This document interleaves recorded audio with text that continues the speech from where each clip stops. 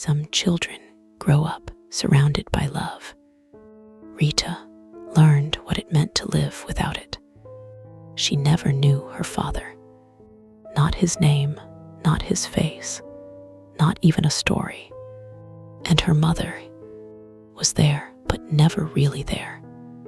The house was always quiet, not the peaceful kind of quiet, but somber, sense of unease and vulnerability, the kind that made a child feel unwanted. There, meals were not shared, conversations were never warm, and love, was something Rita only saw in other people's lives. The echoes of, "Why are you always in my way? Can't you just sit quietly for once?" Words like that don't leave bruises you can see, yet they stay far longer than any wound. Rita stopped asking for attention, because when a child learns that love is not coming, they don't cry forever. They go silent, and silence became her home. Then one day, her mother seemed to have smiled again. For Rita, it was an unseen sight. But this was not at Rita, but at someone else. A man. He brought laughter into the house, but not for her. Slowly, Rita watched herself disappear from her own mother's life. While pleasant at first, she lost the only thing she had known. Conversations moved to another room. Doors stayed closed, and her presence became an inconvenience.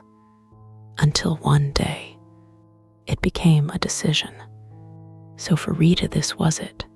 A small bag, a quiet walk, no explanation, no goodbye, just gone. And Rita didn't cry, not because it didn't hurt, but because somewhere deep inside, she already knew she had never truly been chosen. Rita had learned not to expect anything from anyone. Life was easier that way. No expectations meant no disappointment. By 17, she had stopped asking why things happened to her. She had stopped wondering what it felt like to be loved. She worked quietly in a small cafe tucked between busy streets, where people came and went without ever really seeing each other. And for Rita, that was enough, because being unnoticed felt safer than being rejected. It was an ordinary afternoon, the kind that doesn't feel important until it changes everything. The bell above the cafe door rang softly. Rita didn't look up immediately. She rarely did, but something made her glance. He didn't belong there, not in any obvious way, just in the way he carried himself. Calm, certain, like the world had never told him no. "Coffee," he said. His voice wasn't loud, but it was direct. Rita nodded quickly. "Why, yes, right away." Her voice came out softer than she intended. She turned too fast, almost dropping a cup. He noticed, not with judgment, but with interest. That was new. When she placed the coffee in front of him, she avoided eye contact. "Thank you," he said. She nodded again, already turning away. "What's your name?" he said. She paused just for a second. "Rita," she said. He smiled, not politely, but like the answer actually mattered. Rita, he repeated. No one had ever said her name like that before. That was the moment. Not dramatic, not loud, just different. He came back the next day, and the day after that. At first, it was just small conversations. How long have you worked here? Do you like it? Simple questions. But he listened, really listened. Rita wasn't used to that. She would stumble over her words. She would laugh nervously, apologize for no reason, and he would just smile, like none of that mattered. Slowly, she started waiting for him, not consciously, but she noticed when the door didn't ring.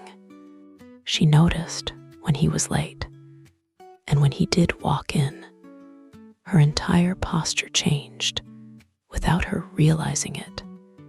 One evening, after her shift ended, he was still there, sitting, waiting. Do you always leave this late? He asked. She nodded. Can I walk you? She hesitated, not because she didn't want to, but because no one had ever asked. Okay, she replied. They walked in silence at first, not uncomfortable silence, just unfamiliar. You're very quiet, he said. Rita looked down slightly. I don't have much to say. He glanced at her. Or maybe no one ever stayed long enough to listen, he said. She didn't respond, but something inside her shifted. That was how it started, not with grand gestures, but with attention. And for someone like Rita, attention felt like love. The wedding was everything Rita had never imagined, and everything she had never had. White flowers lined the aisle. Soft music filled the air. And for a moment, it felt like she had stepped into someone else's life. She stood there, in a dress she never thought she would wear, holding the hand of a man who had chosen her. People watched, smiled, applauded, but when Rita looked beyond the crowd, there was a space, an entire side just empty. No mother, no family, no one who had known her before this moment. And yet, she smiled, because for the first time in her life, she didn't feel abandoned. She felt chosen. The house was bigger than anything she had ever seen. Not just big, but quiet, the kind of quiet that echoed. Every step she took felt like she didn't belong there. This is your home now, John said. Your home. The words sounded warm, but they didn't feel like hers yet. The first few days, she tried her best. She woke up early, tried to keep things in order, learned where things belonged, tried to become someone who fit into this life. But small mistakes followed her. A misplaced glass, the wrong fork at dinner, a hesitation during conversation, things no one else would notice, but things she felt deeply. At first, John laughed. You'll get used to it, he said softly, and she believed him. But slowly, something changed. The laughter stayed, but the warmth didn't. Not like that. You're holding it wrong. Just watch me. The corrections were small, quiet, almost invisible to anyone else. But Rita noticed, because she had spent her whole life learning how to notice when she was doing something wrong. One evening, guests came over, well-dressed, polished. They spoke easily, laughed without effort, and looked at Rita just a second too long. "She's still adjusting," John said lightly. They smiled politely, but Rita heard it, not in their words, but in their silence. That night, she stood in front of the mirror, looking at herself, trying to understand what was wrong. And for the first time since the wedding, she felt something familiar. Not fear, not yet, but something close to it. The kind of feeling that comes just before love starts to chain. Love doesn't always disappear all at once. Sometimes it changes quietly, so quietly you don't even realize when it stops feeling like love. At first, it was just words, small things, easy to ignore, easy to excuse. "You're too sensitive. I didn't mean it like that. Why do you always take things the wrong way?" Rita would pause and replay the moment in her head and wonder if maybe he was right. Maybe she was too sensitive. Maybe she was overthinking. Because when someone speaks with enough certainty, doubt becomes your own voice. The corrections became sharper, the pauses heavier, conversations turned into instructions. "Don't say that. Not like that. Just stop talking." And slowly, Rita did. She spoke less, asked less, felt less out loud. But then, something worse happened. He started being kind again. Not always, not consistently, just enough to make her stay. A soft touch after a harsh word, a quiet apology that didn't feel like one. "You know, I only say these things because I care about you." And Rita believed him because she needed to. The nights became unpredictable. Some were calm, almost normal. Others were filled with silence so heavy it felt like something was about to break. She started watching him more closely. The way he entered a room, the way he placed his keys, the tone in his voice, because those small things told her what kind of night it would be. And when she got it wrong, the words weren't soft anymore. "What is wrong with you? Why can't you just act normal? Do you even think before you speak?" They weren't shouted.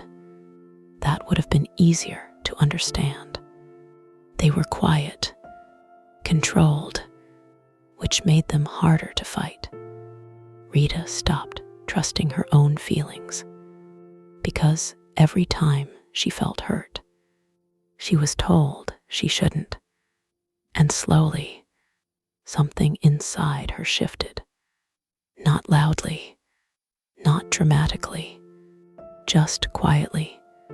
She stopped asking, "Why is he treating me this way?" and started asking, "What am I doing wrong?"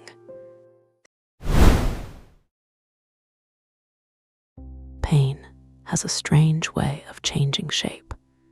Sometimes it doesn't disappear. It just finds somewhere else to live. When Rita found out she was pregnant, she didn't feel fear first. She didn't feel doubt. She felt something she had never truly felt before. Purpose. For the first time, something in her life would be hers, not borrowed, not given conditionally. Hers. The days changed slowly. Her hands rested more often on her stomach, as if she needed to remind herself that something was growing there, something that would need her, not tolerate her, not judge her, but need her. And when he was born, everything else disappeared. The noise, the fear, the confusion, all of it faded into silence, because in her arms was a life that looked at her like she was enough. Rita didn't hesitate. She didn't question it. She loved him completely. The way she spoke to him was different, softer, warmer, like she was giving him everything she had never received. "I'm here," she would whisper. "I'm not going anywhere." She held him close, even when she didn't need to. She stayed awake, even when she was exhausted, because letting go, even for a moment, felt wrong. And slowly, something inside Rita began to heal. Not because her life had changed, but because she had become the mother she never had. Time didn't stop for Rita. It never had.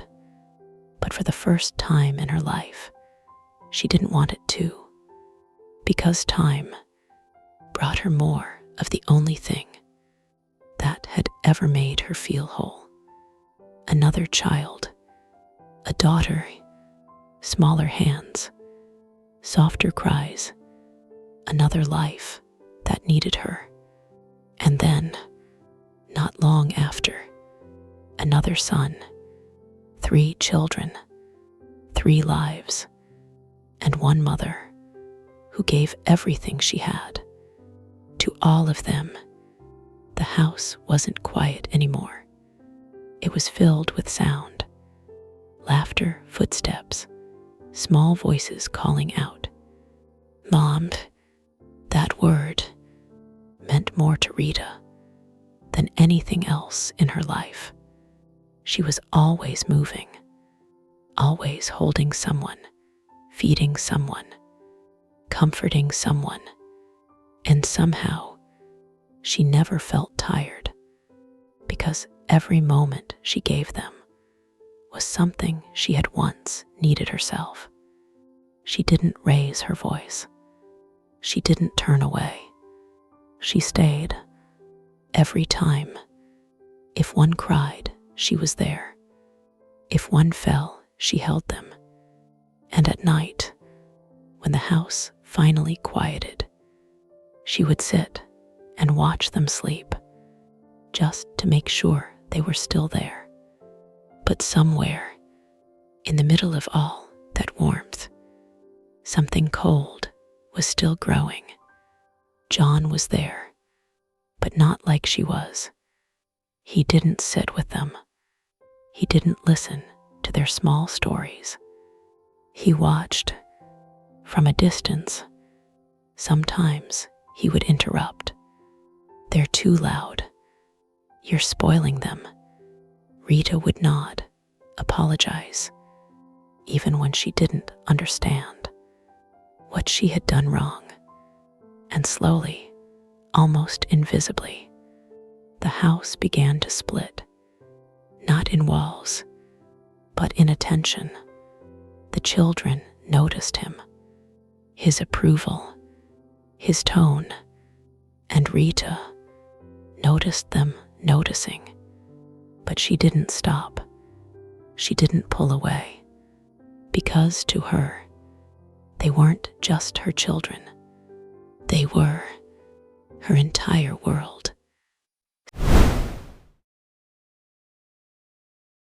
Children don't just listen to what they're told.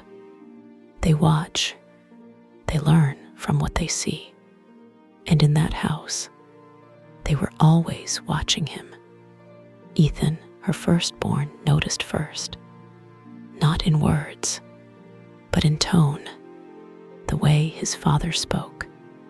Calm, controlled, certain, and the way his mother responded.